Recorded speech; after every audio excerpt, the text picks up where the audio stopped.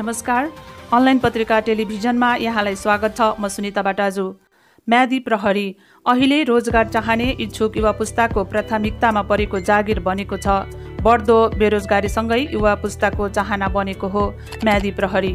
म्यादी प्रहरीमा भर्ना हुनका लागि हजारौं युवा युवतीहरू लालायित छन्। म्यादी प्रहरी स्थानीय निर्वाचनको सुरक्षाको लागि अस्थायी सुरक्षाकर्मी हुन्। म्यादी प्रहरीको अवसर र रोजगारको समय सीमा 40 दिन मात्रै हो। 77 जिल्लाबाट 1 लाख युवाको माग गरिएको प्रहरी प्रधान कार्यालयले जनाएको छ। म्यादी प्रहरीमा भर्ना हुन 18 वर्षदेखि 54 वर्ष उमेरभित्रकाले आवेदन दिन सक्ने जनाइएको छ। यसमा सामान्य लेखपढ गर्न सक्ने, कुनै पनि पार्टी र अपराधमा अभियोग नलागेका व्यक्ति हुनुपर्ने जनाइएको छ। यसैबीच वैशाख 30 गते हुने स्थानीय तहको निर्वाचनको लागि म्यादी प्रहरीको छनौट प्रक्रिया अन्तर्गत ललितपुरमा लिखित परीक्षा सम्पन्न भएको छ। चैत्र 15 गतेदेखि चैत्र 18 गते शारीरिक तन्दुरुस्ती र स्वास्थ्य परीक्षण सञ्चालन गरिएको थियो। आजको लिखित परीक्षामा उत्तीर्ण भएपछि प्रत्यक्ष अन्तर्वार्ता गरेर म्यादी प्रहरी छानिने ललितपुर प्रहरी परिसर जाउला खेलका प्रवक्ता एसबी सिद्धि विक्रम शाहले जानकारी दिनुभयो। 2079 साल वैशाख 30 गते सम्पन्न हुन गइरहेको म्यादी निर्वाचनको लागि, स्थानीय तहको निर्वाचनको लागि हामीले म्यादी प्रहरी भर्नाको आज लिखित परीक्षा लिएका छौँ। जम्मा हामीले भर्ना गर्ने म्यादी प्रहरीको सङ्ख्या 1125 हो, जसमध्ये 2905 जनाले फर्म भरेकोमा 1835 जना चाहिँ फिजिकल परीक्षामा उत्तीर्ण भएका छन्। ती 1835 जनाले आज लिखित परीक्षा दिएको छन् र यसको परिणाम भोलि निस्किन्छ र यो लिखित परीक्षामा मेरिटको आधारमा रिजल्ट निस्किन्छ। त्यसपछि अन्तर्वार्ता भएर यो 22 गते अन्तिम म्यादी प्रहरीको नतिजा प्रकाशन हो। हामीले म्यादी प्रहरीको योग्यता साधारण लेखपढ राखेका थियौँ। त्यसकारणले साधारण लेखपढ गर्नेले जान्न सक्ने खालको सामान्य ज्ञानका र निर्वाचन सम्बन्धी सामान्य प्रश्नहरू हामीले सोधेका थियौँ, जसले गर्दाखेरि अब यो पढे लेखेका मान्छेहरूले तत्कालै यो 20वटा प्रश्नको टिक लगाउने उत्तर हो र टिक लगाउने उत्तर छिटै नै समापन गरेको थियो। आजको परीक्षा मर्यादित भएको छ। सम्पूर्णले आफ्नो परीक्षा आफूले जाने अनुसार दिएको छन् र यसको अब नतिजा चाहिँ जाँच गरेर। ललितपुरमा म्यादी प्रहरीमा 2905 जनाले आवेदन दिएका थिए, जसमा स्वास्थ्य परीक्षणमा 1835 उत्तीर्ण भए। उत्तीर्ण सङ्ख्याले आज लिखित परीक्षा दिएका हुन्। ललितपुरबाट माग भएको म्यादी प्रहरीको सङ्ख्या चाहिँ 1125 जना छन्। यही चैत्र 6 गतेदेखि 11 गते म्यादी प्रहरीको आवेदन कार्य सुरु भएको थियो। लिखित परीक्षाको नतिजा चैत्र 20 गते प्रकाशित हुनेछ।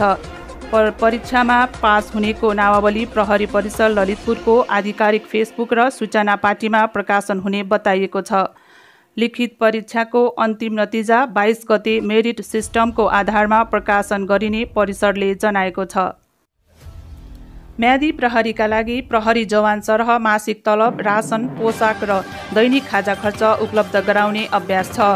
2 महिनाका लागि भर्ना गर्दा एकजना जवानको मासिक तलब करिब 23,000 रुपैयाँ दरले 4.5 अर्ब रुपैयाँ खर्च हुन्छ। रासन भत्ता जिल्ला अनुसार फरक हुनेछ।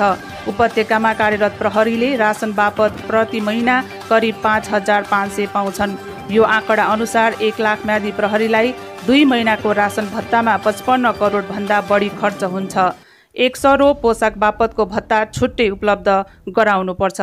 तत्कालीन प्रधानमन्त्री केपी शर्मा ओलीले 2 पटक प्रतिनिधि सभा विघटन गरेर चुनाव घोषणा गरेका बेला पनि प्रहरी प्रधान कार्यालयले करिब 1 लाख म्यादी प्रहरी भर्ना गर्नुपर्ने प्रस्ताव गरेको थियो। 2074 को स्थानीय चुनावमा 75,000 म्यादी भर्ना गरिएको थियो। त्यस बेला म्यादी सहित 2,26,000 सुरक्षाकर्मी खटिएका थिए। त्यस्तै प्रतिनिधि सभा र प्रदेश सभा निर्वाचनमा 18,268 म्यादी प्रहरी भर्ना गरिएको थियो। दुवै निर्वाचनमा 18 देखि 54 वर्षसम्म उमेर समूहका म्यादीलाई 55 दिनको कार्यावधि तोकेर भर्ना गरिएको थियो। 2070 मङ्सिरमा सम्पन्न दोस्रो संविधान सभा निर्वाचनमा 45,000 म्यादी प्रहरी थिए।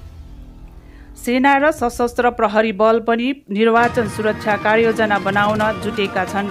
यसपटक एकै चरणमा चुनाव हुने भएकाले सुरक्षा जनशक्ति बढी लाग्ने गृह मन्त्रालयले जनाएको छ।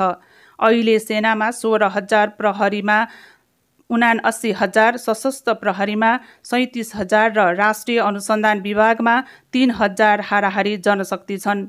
सुरक्षा प्रमुखहरूले निर्वाचन सुरक्षामा आफ्नो तर्फबाट 70% देखि 80% खटाउन सकिने अनौपचारिक जानकारी दिएको गृह मन्त्रालयले जनाएको छ। 2064 यताका सबै निर्वाचनमा म्यादी प्रहरी भर्ना गरिएको थियो।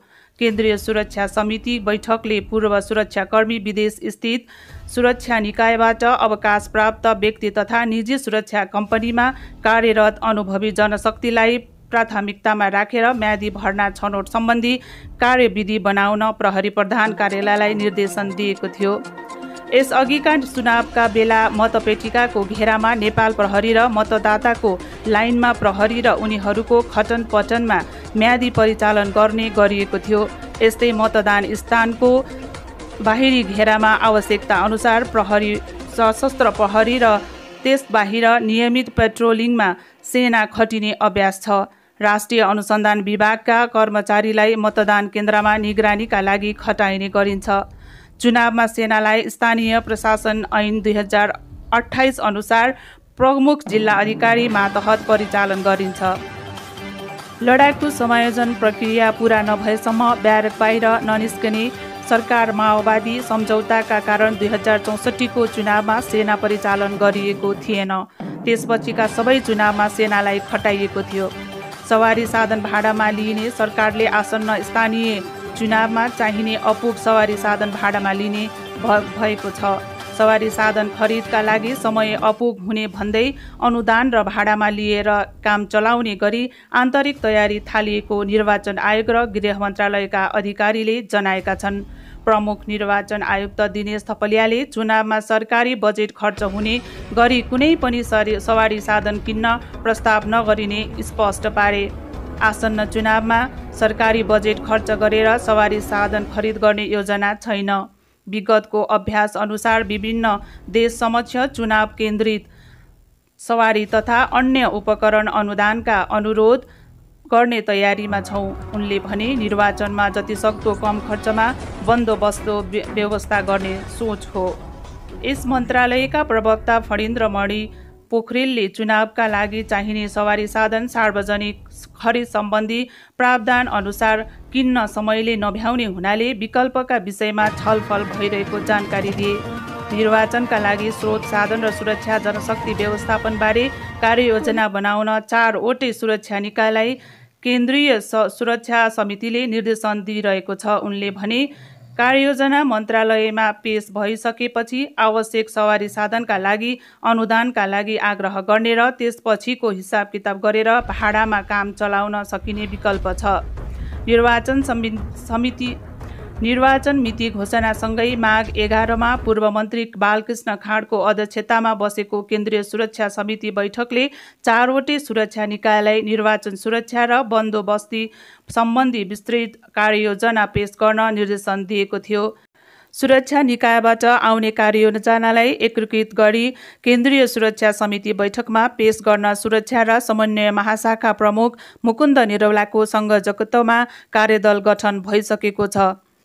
पहिलो संविधान सभा निर्वाचन 2064 का बेला भारत र चीनबाट अनुदान पाएको बाहेक थप सवारी साधन सरकारले खरिद गरेको थियो। 2070 को दोस्रो संविधान सभा, 2073 को स्थानीय तह तथा 2074 मा भएको प्रदेश सभा र प्रतिनिधि सभा निर्वाचनमा अनुदानबाट प्राप्त बाहेक सवारी साधन किनिएको थिएन।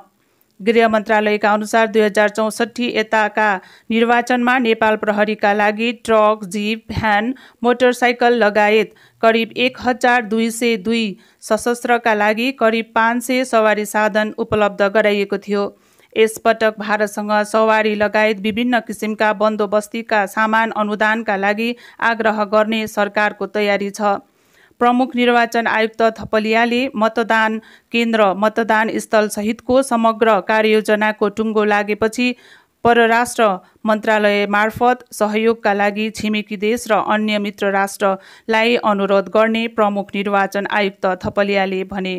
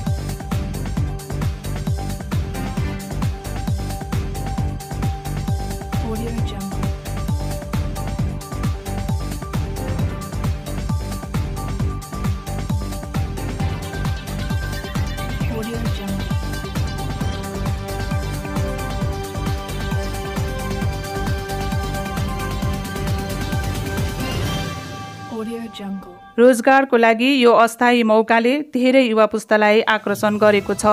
निर्वाचनको लागि सरकारले रोजगारको मौका दिए जस्तै ऊर्जाशील युवा पुस्तालाई रोजगारको व्यवस्था गर्न सरकारको पहल हुनुपर्दछ। अनलाइन पत्रिका टेलिभिजनको यो विशेष रिपोर्टका लागि अनलाइन पत्रिका TVSD-लाई लाइक, सेयर र कमेन्ट गरिदिनु भएकोमा यहाँहरूलाई धन्यवाद।